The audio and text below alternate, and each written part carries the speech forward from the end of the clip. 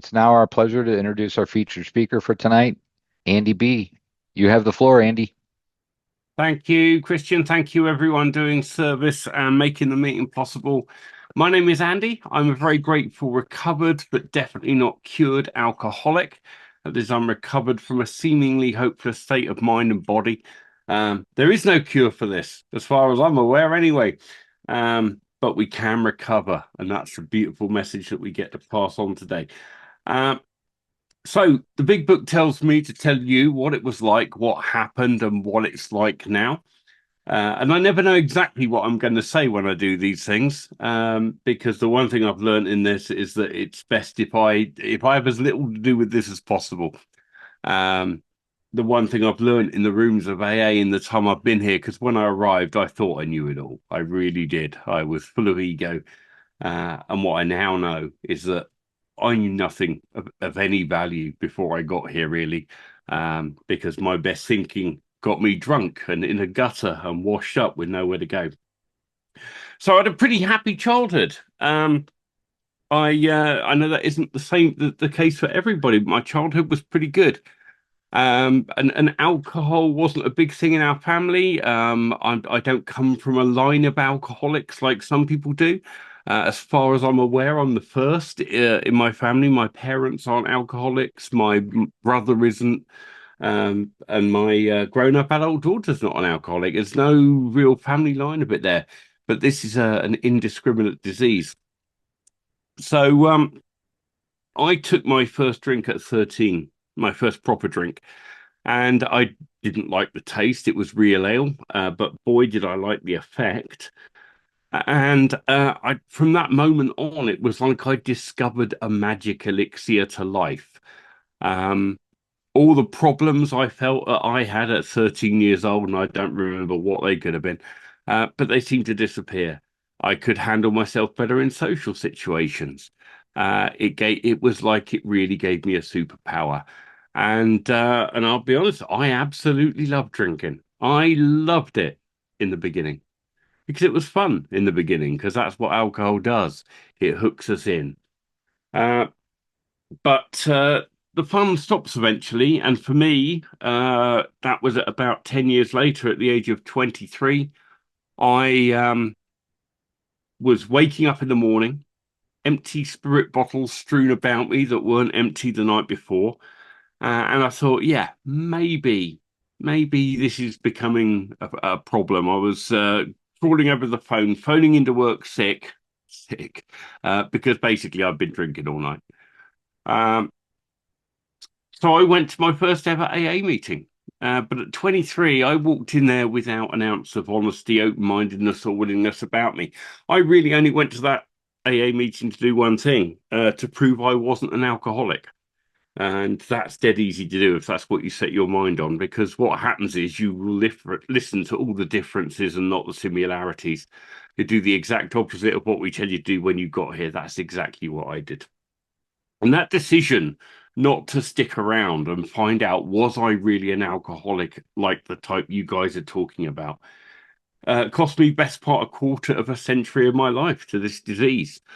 Um, I went to that meeting. I heard somebody say something along the lines of, if you can put the drink down for a year without it, and they did say without it being a problem, without it being troublesome, if you can just stop, you're probably not an alcoholic. And that was about the only thing I took away from that meeting. So out of spite, I didn't drink for a year and a half. I forgot the second part of that statement, that you'd be able to do it easily. It wasn't easy. It was terrible. And it was a pretty miserable year and a half. And at the end of which, I thought I'd got it cracked and I'd be okay to have a drink. And so I started drinking again. As I say, that was then my story for the rest of my life, pretty much. I've got a string of failed relationships behind me. Everyone that I have ever claimed to love and care about, I have hurt in some way as a result of my alcoholism.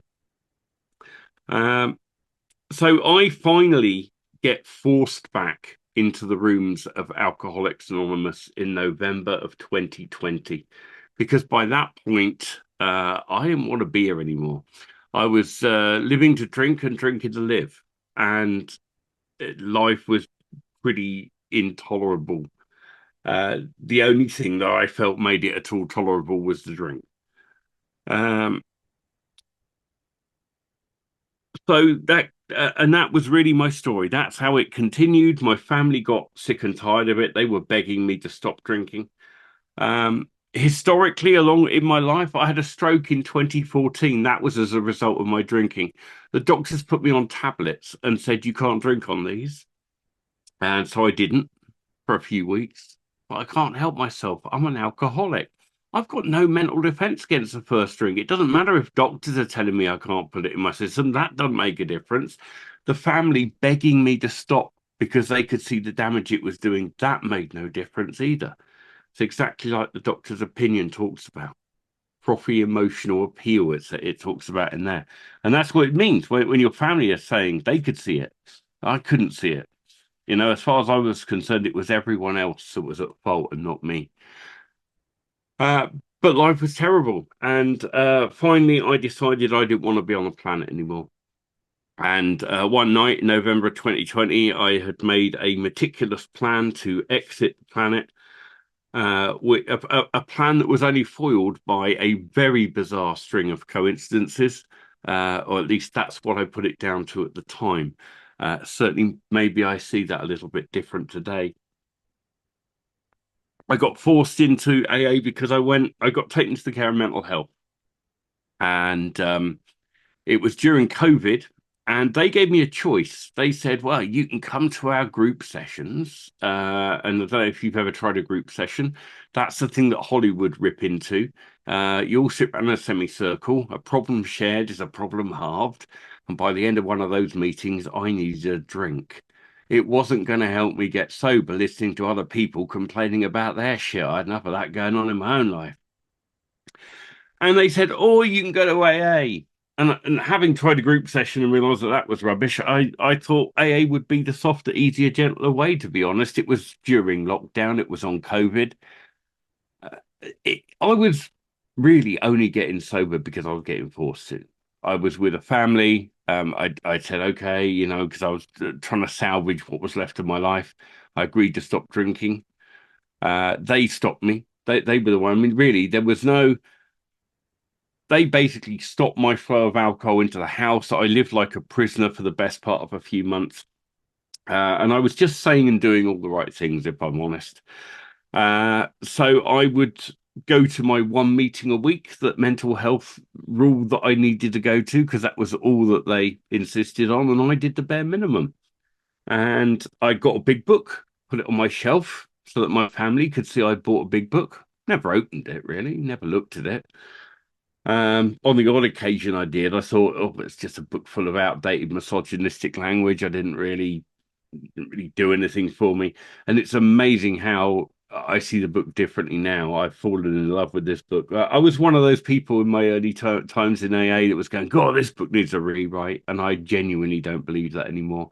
I genuinely believe that the big book of Alcoholics Anonymous, if anything, needs a reread, because that's where we find the clear, concise instructions on how we recover from this incurable illness.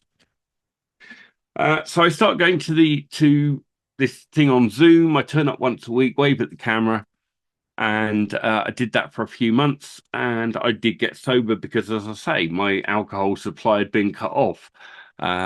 It wasn't anything to do with working a program, and it turned out that dry, sober Andie without alcohol was just as intolerable to live with as drinking Andie.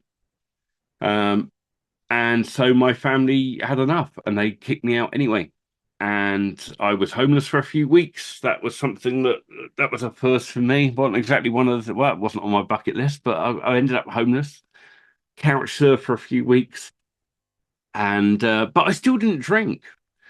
And then I got my own place again. I moved to this beautiful market town of Shaftesbury in Dorset in the UK, and life started to get good.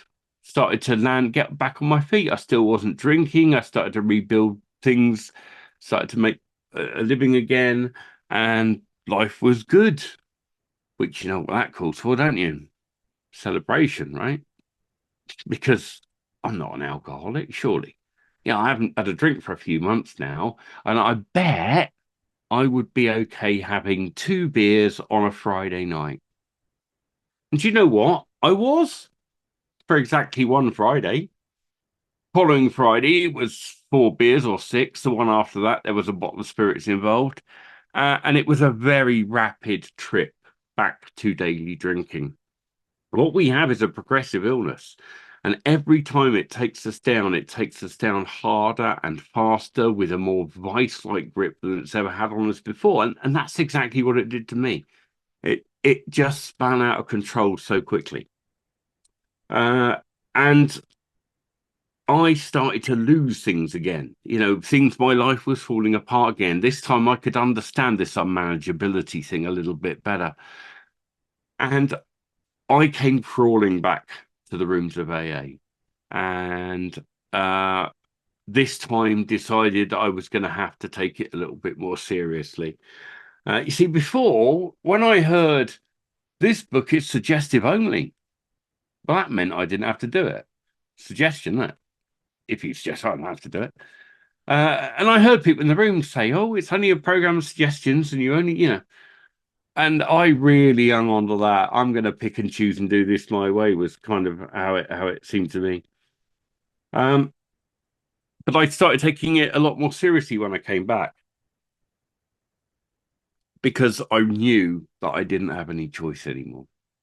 This disease, but we talk about jails, death, and institutions being the places we're headed as alcoholics if we don't get a grip on this. And for me, it's death.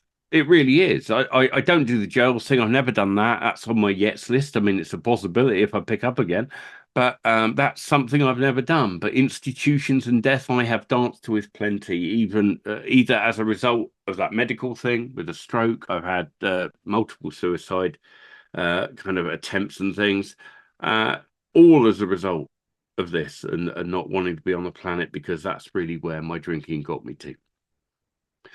So I'm back in the rooms of AA. I walked back into my first ever. Well, what actually happened? I'd moved into this town, and amazingly, and this is how higher powers are looking out for us long before we know they're looking out for us. I'd met somebody, a friend, and she confided in me that she went to AA, and it was just a passing thing at one point, and that was the end of it. But I remembered that.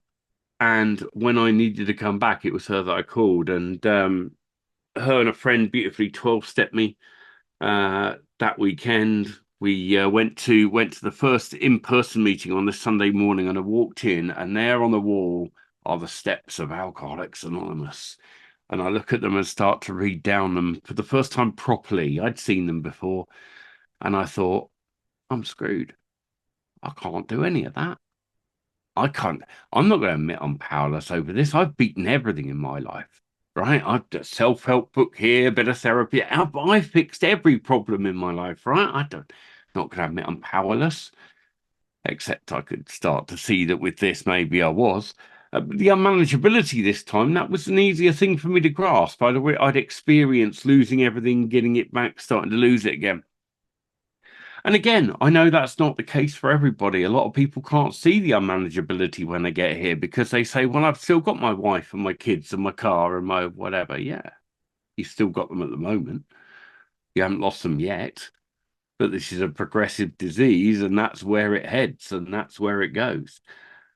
So I start coming back to AA meetings and I hear very early on, get to as many meetings as you can. And I thought, well, that's all very well. I live in this tiny market town.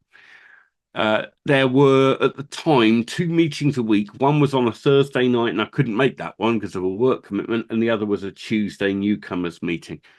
I could occasionally get a lift to another one, and I would do, but that was about it. So I went to as many as I could, and somebody in my first sort of 10 days of sobriety, I was in one of those meetings and somebody said something that night that shifted everything for me. And I always mention this because please never underestimate the value of what you share back when you're in meetings. This night, the lady started her share with her name. She was an alcoholic. And then she said, and I'm a Zoom baby. And in my head, I went, that don't work. Did Zoom back in COVID, didn't I? That didn't work. It's rubbish. Except now I'm reading a book that tells me I've got to be completely honest with myself. And if I'm honest, what did I really do during COVID? Wave at a camera, hardly paid attention, you know? So I thought, okay, I'll start logging on to Zoom. And that's what I did. And I discovered that you could find a meeting 24 hours a day, 7 days a week. And that was brilliant because, when I got here this time, yeah, I was a chronic alcoholic. I've been an alcoholic my whole life. I now finally get back to the rooms of AA. I'm in my early 50s. I've been drinking since I'm 13. And, I needed intensive care when I got here. I had to throw myself into this and get involved and absorb myself in the program as much as I could. And that's what I did. I got onto meetings. Every spare minute I had, I would get on a meeting. I stopped watching Netflix for a while because I realized that wasn't really doing me any good. And I stopped a lot of other things and I just threw myself in. It was almost like overdosing. You can't overdose on AA. That's the great news. That's the one thing. If you get addicted to AA, you can't overdose on it. So I started going to as many AA meetings as I could. I often didn't want to go, but I knew I had to go. And life did start to get better quite quickly. I mean, once the physical craving for me took about 3 or 4 weeks to go. And that was the worst bit of it. And if you're in your early days, or your day counters and things that are here, we know that's the toughest bit, but you only have to go through it once. That's the great news. Relapse does not have to be part of your story. The Big Book of AA offers and promises permanent recovery from this disease. So you only have to go through that the one time. So the physical bit are gone. And then I wake up one Sunday morning, 28 days sober, and I get a perfect illustration of the mental obsession that we talk about. So I woke up that morning and I knew I was going to go and drink. Now, let me be clear here, I didn't want to drink, but I knew I was going to go and do it. It was a foregone conclusion in my head. It was like there was nothing I could do. It was like it had already happened. There was nothing I could do to stop this. It would happen even though I didn't want to. And I thought, this is crazy. I'm going to go do something against my own will. And now, after 28 days and the physical bit gone, and some of the fog started to lift, I could see that. And so I started to panic a bit. By now, I had phone numbers and I had lots of Zoom meetings saved. Now, I had phone numbers. I was terrible at using them. I have got much better. And it's never easy to start with. We get that. But if someone in AA gives you their phone number, they want you to use it. They really, really do, because you are keeping them sober as much as you are helping yourself when you call them. But that particular day, I didn't feel like calling anyone, but I did jump onto a Zoom meeting. It was a marathon 24-hour meeting that runs all the time. There were 180 people. I remember all the details. And very early on in that meeting, somebody said, if you're new, if you're struggling, if you sat there, you're not introduced yourself, put your hand up and say hello. It will make all the difference. And I hadn't spoken on the Zoom meeting. I'd always just sat and listened and kept my camera off. Most of the meetings I went to, you could keep camera off, so I would do that. But I would listen, and I'm sat there thinking, I've got to put my hand up. So I did. 180 people, and I'm watching it get nearer the front. It's 5-minute shares, and I nearly took my hand down several times. But I knew if I did, I was going to drink, and I knew I didn't want to drink. And that for me, that day was my rock bottom. A lot of alcoholics say things like, oh, our rock bottoms are all different. I don't believe that. I think our rock bottoms are all pretty much the same. The symptoms that lead up to them are different, but the actual rock bottoms are pretty much the same. Because for me, my rock bottom was not the last night I was out in a bar drinking. My rock bottom was 28 days sober when, for the first time, I raised my hand and I said, please help me. I can't do this on my own. And that help came. I spoke to a couple of ladies in a little breakout room, and I think within 2 days of that, I found myself a sponsor. And that was where it all started to change for me. You see, I realized that day I couldn't live without AA. I didn't want to live with it, to be honest. I didn't like the look of any of it.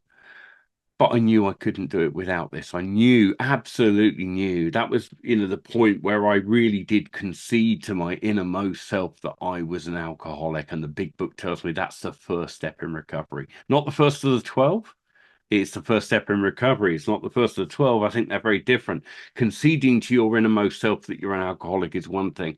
Admitting you're powerless, that your life has become unmanageable, is a little bit different. I already mentioned that I'd always thought I'd managed to fix everything in my life, and I did have to get over that hurdle. And that was pretty easy once I had a sponsor, because a sponsor is someone that's properly armed with the facts that can take you through the big book of Alcoholics Anonymous, someone that's had the experience and explain it to you. And that's what this person was able to start doing. And as I went through the big book of Alcoholics Anonymous with them, I started to read all these wonderful things that we have in this book, more about alcoholism, and lists all the different things that people had tried to stop drinking. And I went, blimey, I've tried all of them and then some. I just found myself, and the more, once I had reached a point where I went, yeah, I'm an alcoholic. And yeah, the point going in and then reading this book, the first thing my sponsor made me do, she said, reread the first 164 pages. That's what you can do in any spare time you've got. You're going to read the first. I thought, I'm going to boss this. I've already read them, right? I've been through it. I had read through the book at this point, and I've done that. This is going to be easy. And I started reading it again, and I couldn't believe the difference. There's a line in the big book that Bill uses, something like scales of pride and prejudice fell from my eyes. And that's like what happens in this program. This time, as I started to read it, it came alive. It really did. And I was back and forth with my sponsor talking about it. And that's really what happens in sponsorship. And if you don't hear anything else I say tonight, if you don't take anything else away today, getting a big book, asking someone to be your sponsor and going through these steps, that is the path to recovery. To say that these steps have immeasurably changed my life would be a ludicrous understatement. First of all, this program saved my life. I've already told you I shouldn't be here today. I should be dead. But this program has immeasurably changed my life. That doesn't mean my life's perfect. I always want to make that clear too. It isn't. I have the same kind of problems that I had before I got to AA, but I don't have to drink on any of them today. And that's the miracle of this program. So I'm going to talk a little bit through the steps, and in particular, some of the struggles I had along the way with one or two of them, in the hope that it might help some of you, because you may well be struggling with the same thing, because that's what I found as I spent time in the rooms of Alcoholics Anonymous, listening to the experience, strength, and hope of other people, was that I would get the answers. The things that I had concerns about, these people had concerns about. It turns out us alcoholics all tend to think the same in many, many respects. We're all a little bit screwed up in the head. So the first step was that I had to admit that I was powerless. And as I say, going through the book, I did reach a point where I went, yeah, I can see I'm powerless. I've tried everything to stop drinking. I've tried those self-help books that I talked about. I tried all these other things. Nothing worked. Absolutely nothing worked. The longest I ever managed to stay sober under my own power was that 18 months that I did back when I was 23. Every subsequent attempt after that was less time. So yeah, okay. I finally got to the point where I went, yeah, I am powerless. There's nothing I can do about this. But then I thought I was really stuck, because the next bit was going to be that I had to come to believe in a power greater than myself. And I was a militant atheist. And when I say militant atheist, Richard Dawkins level, I've read all the books. I'm very well read on scriptures. I've read the Bible. I've read the Quran. I've read all sorts of books. Because the main reason I read them was so I could argue with religious people. That was the kind of atheist I was. I was right, damn it. and my ego said I wasn't going to let things stand. Anyone that ever posted anything that mentioned God, I was on there challenging them. Which God? And that's where I was, and I was utterly convinced I was right. I've been on the planet a long time, and I was sure I was right. And that was me. That was my ego when I got here. I thought I knew everything. Um, it turns out all that knowledge, all that education, it really meant nothing. My best thinking got me to the rooms of Alcoholics Anonymous, and thank goodness that it did. So coming to believe that power greater than myself, well, so I was going to be dead against that, but then I start going through the book with my sponsor, and again, all the answers are found there. We got a whole chapter called "We Agnostics," and we went through that. I remember at the time giving my sponsor our time, "No, you haven't got a chapter called We Atheists," uh, but the fact is that the book, as it says in that chapter, every man, woman, and child deep down somewhere has the idea, has a basic concept of this idea of God. I just couldn't see it. It had just been lost with everything else. I made the decision quite early on in life. I think that religion was nonsense. That was it, and I did what my grandmother would have called throwing the baby out with the bathwater. In saying that one particular viewpoint was wrong, I thought all were, and that was the end of it. Um, so as I looked at this, it turns out that this higher power thing can be absolutely anything you want. See, and if you want the proof of that, I heard a guy speak a while ago. He's got 20 years sober, and he used the Force from Star Wars initially. But that only exists in the figment of someone else's imagination, right? You see, it doesn't matter where you make your start, it just matters that you do. Um, I can't tell you that what I did at first. They said, well, when I got to rooms of AA, people said, "Well, okay, you're willing to go to any lengths, are you?" And I was like, "Going, yeah, I'm willing to go to any. Yeah, I want to. I want to." They said, "Okay, will you pray?" Oh, but I don't believe in God. That isn't what we asked you. Will you pray? I'm an atheist. That's not what we asked you either. Will you pray? And what those people knew that I didn't is this is a program of action. And if we start taking the action, the results follow. So my first prayers in this program were incredibly sarcastic. I'll tell you what, they were things like, if there's anything there, and I don't think there is, please grant me the serenity. Da, da, da, da, da, da, and I did the serenity prayer. But you know what? I got a bit of peace and serenity. I actually felt I couldn't explain that. I'd never had that before. So I prayed it some more because I quite liked it. And that became higher power somewhere along the line. I wasn't going to call it God. I was very hung up on that word, but I could maybe call it higher power. And so, great, okay, yeah, okay, right, maybe there is something there, and again, in We Agnostics and in Bill's story as well, reading Bill's story, Bill followed the scientists of the time. Bill called religious people crackpots, so I quite like that aspect of Bill's talking. Um, but even he said, the chemists, all the people he followed at the time, even they said there had to be something underlying it. We don't even have to know what it is. And today I can't tell you what God is or what, and I do call it God today. I'm okay with that word today.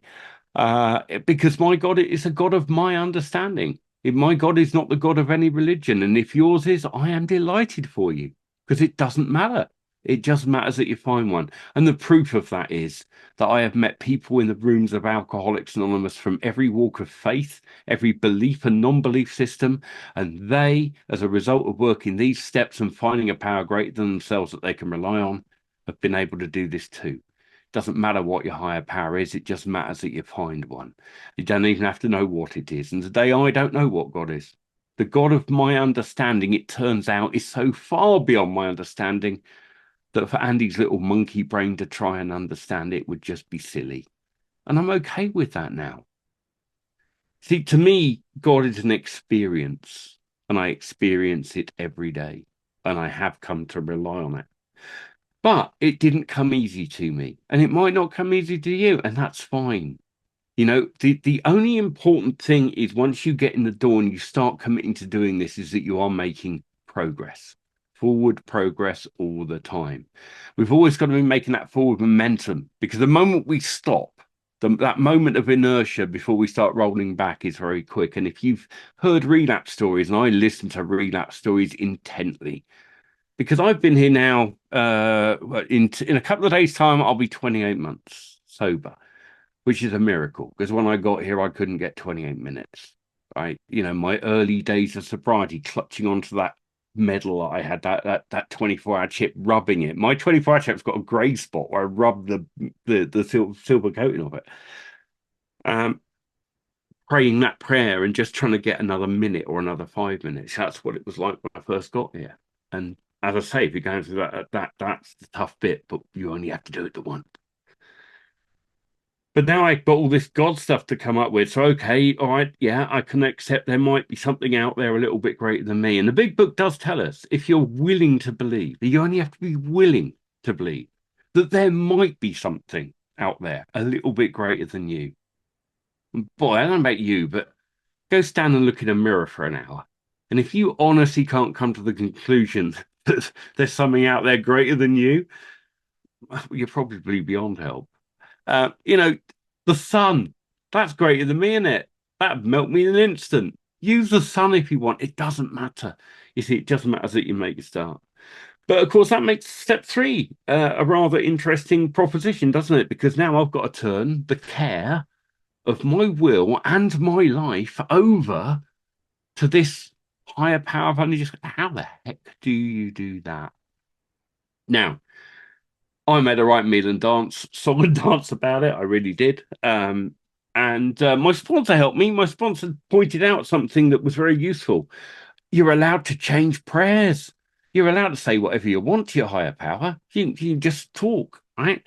That's all prayer really is. We dress all this stuff up, don't we? But that's all prayer is. It's talking to. You can do it out loud. You can do it in your head. Don't have to overcomplicate it. When you do a prayer, you can say whatever you want. So my sponsor said, well, if you can't say the step three prayer, because my argument was I can't say that prayer and mean it. And by now I've been, this book's telling me honesty, honesty, honesty. And I'm going, but I can't. I really don't believe that I can do that. And my sponsor, well, okay, then change the prayer. Start praying, God, please help me become willing to offer myself to thee. Did the rest of the prayer as it was. Just made that little change. Can you say that every day for the next? Yeah, definitely say that. Help me become willing. That's all I'm asking for. Yeah, and do that. And that's the other beautiful thing about this program. Anything we're hung up on, if you earnestly pray and say and ask for the willingness to come, the willingness comes. That has been my experience on so much of this. Not always immediately, and for me, I sat on that step 3 point going, oh, please, I'm looking for the willingness for about 2 weeks. And I don't know what happened at some point during that as a result of praying that and kept going to meetings and kept doing what I was told to do. At some point, it just clicked. And I went, what the hell am I afraid of? My way of doing things isn't working, is it? My way of doing things has always failed with every time. What am I actually scared of? Turning the care of my will and my life over to something else, even if I don't know what it is. You see, I didn't know that I already knew how to do that. And you do too. Because you turn the care of your will and your life over to King Alcohol every time you went out and picked up a drink. Every time I went out and picked up alcohol, I was turning the care of my will and my life over to something that didn't care about me and was only out to destroy me, and that I thought was brilliant because it had me completely deluded. Alcohol convinced me that drunk Andie was the best version of Andie that existed, you know? And I did believe that for a while. I don't anymore because I know it's not the case. So I did reach a point where I was able to say the step three prayer, and that was really, I would say, I'm not going to say I felt anything. We talk about spiritual experiences in this program, and for many of us, they are very much of the educational variety that's talked about. And please read the spiritual appendix in the back of our book on page 567, because that explains spiritual experience better than I ever can. It is light bulb moments for some. It is educational variety for others. Um, and I think there are moments of where you suddenly get. I had a huge wave of gratitude and relief and things like that, and I felt those emotions. And I think sometimes we think that that's the spiritual experience, but the spiritual experience is happening all the time, and we're growing, and things are happening all the time. You don't always feel it, is what I'm saying. And the book tells us other people will often see it in you long before you see it in yourself. And that was the case for me as well. People kept saying, "Boy, something's changed in you." When I'm jumping ahead a little bit here, I will talk about the other set very quickly. But when I got to the making amends stage, and I went to make amends to my brother, um, and that was the most beautiful thing because he said to me, I was asking, went through it as you meant to, and what can I do? And he said, I don't want you to do anything other than promise me you will keep doing whatever it is this AA thing is you're doing now, because I have never seen you this happy. I'm 54 years old now. He's known me my whole life. He's never seen me this happy. He's seen the change in me that this program has brought about. Um, Now, I would love to tell you that I was a perfect model student and then launched vigorously on a course of action and did step 4. But I was terrified of steps 4 and 5. I built them up in my head to be something they weren't. I think a lot of people often do. And I want to reassure you that if you're coming up on those steps, they really are steps of freedom. Step 4 is only writing a list of stuff you already know about yourself, right? There's nothing new there. It isn't deep diving past trauma. It isn't trying to rake up stuff. It isn't trying to beat yourself up with a stick, and that you don't do the morbid reflection thing. It's just taking an inventory. It's taking stock of your life, your situation, and just getting it down on paper.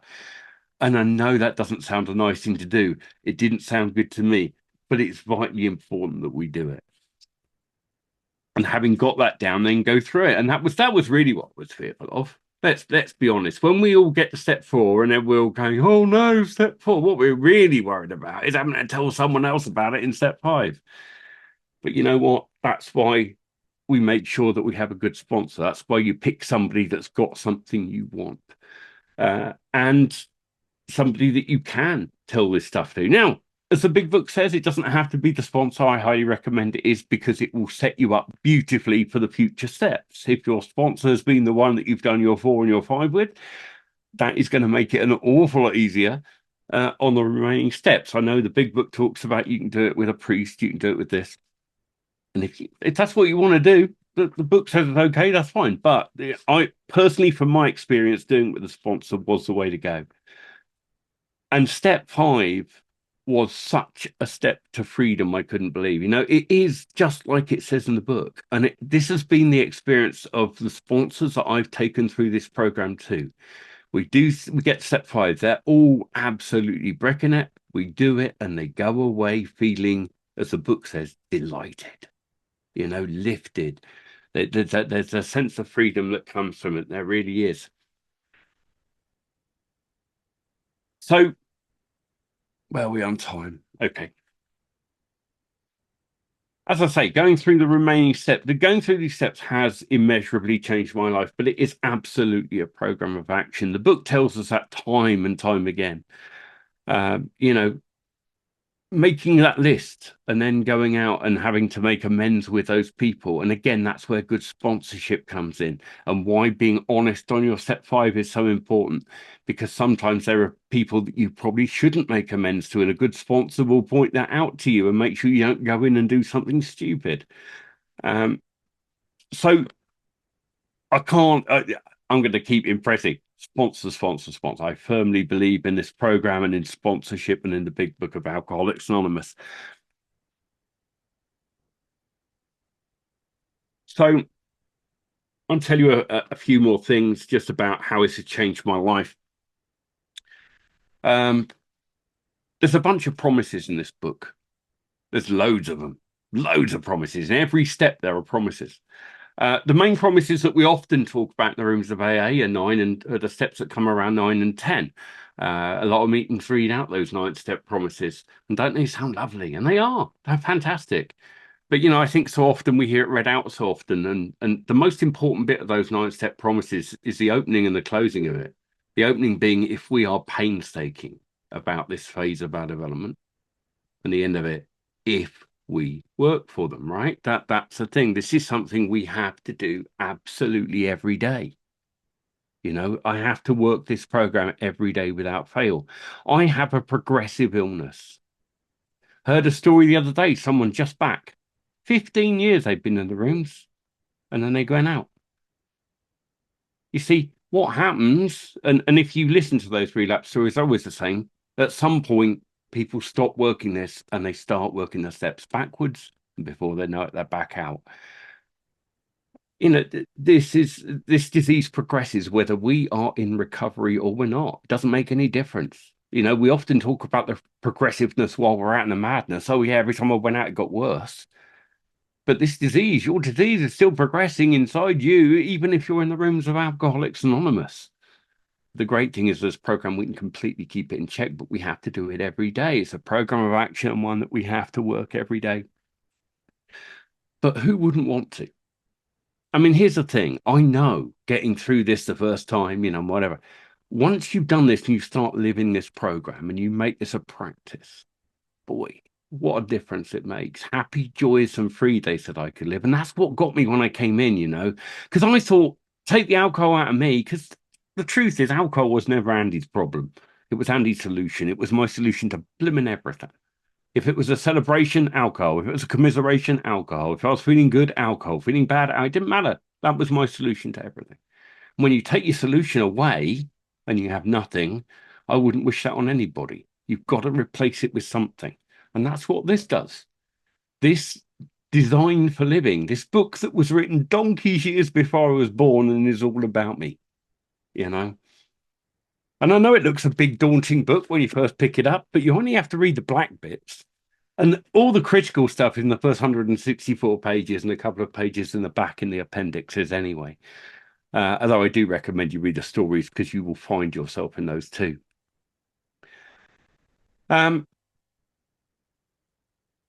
Now, is life perfect? No, of course it's not.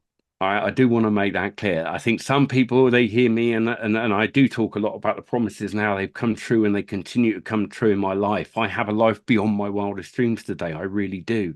I don't regret the past nor wish to shut the door on it. Those promises do and have come true. But that doesn't mean my life's perfect. I've got a teenage daughter who I've not spoken to in over 4 years. Doesn't want anything to do with me. Last time I reached out, it was a firm no, and don't contact me again. I'll contact you when I'm ready, sort of thing. And I have to honor that. I have to be respectful of that. But you know what?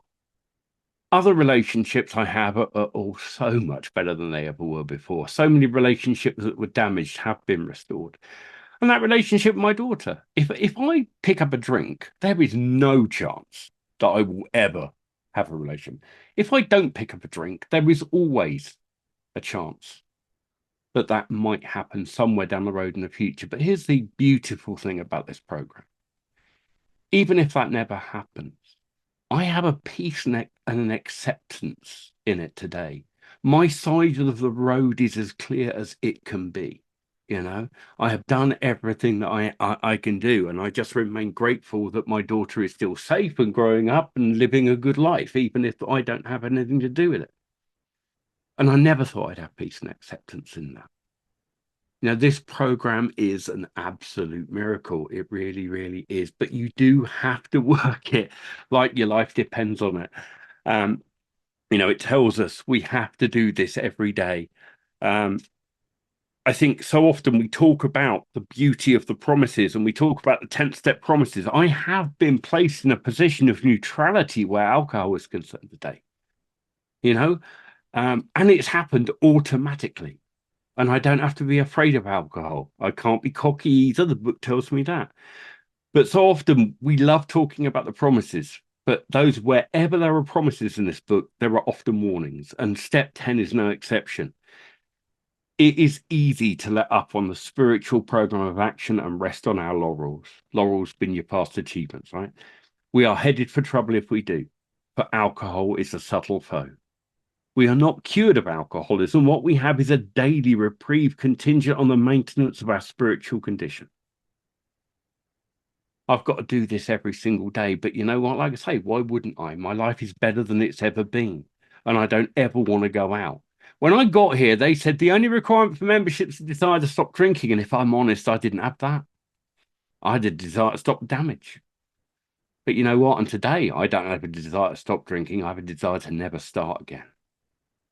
And I know that I don't have to as long as I work this program every day. If I get up in the morning and I start my day right with a bit of prayer and meditation, something that I never thought I'd do, and I read a bit of the big book, and I do the things I'm meant to do, and I contact another alcoholic and I work with others, which is another critical part of this program, the 12 step working with others and practicing this in all of your affairs. But I want to encourage you that it can be done, because I didn't think I was going to be able to do any of it. Like I told you, I thought all the God stuff was a hang up. If I can do this, I genuinely believe anyone can. And the only, how it works says it better than I can say it. We hear it read out in meetings a lot, and I think we often get word blindness, but it tells us rarely, seldom, almost never have we seen anyone fail who's thoroughly followed this path. What is the path? The 12 steps. If you want what we have, and what we have had is basically a spiritual experience, or a series of them, plural. If you want what we have, and you're willing to go to any length, you've got to throw yourself into this. You see, it says here, those that do not recover are people who cannot or will not what? It doesn't say cannot or will not go to 2 meetings a week. It doesn't say cannot or will not get a service position. All of those things are important. Meetings are important. Services are important. All of those things. This is a program where you have to get it all in balance. But what it actually says is those that do not recover are those who cannot or will not completely give themselves to this simple program. And it is a simple program. We overcomplicate it. Try not to do that. We really do overcomplicate it. It is simple. And that's why I needed a guide. There was lots in here I wasn't ready to understand when I arrived. I didn't know what spiritual principles were. I needed a guide, someone to take me through it, and that's what my sponsor did. If you're back off what we affectionately call a slip or a relapse, and maybe we should start calling that what it is. A friend of mine in the program said we should call it a near-death experience, because that's what they are for us, isn't it? This is life and death stuff. Don't dice around with this. Don't mess around with this. Don't delay. If you are new, get yourself a big book of Alcoholics Anonymous. Highly recommend you get a printed copy, because you're going to want to live in this book. This is a textbook you live in.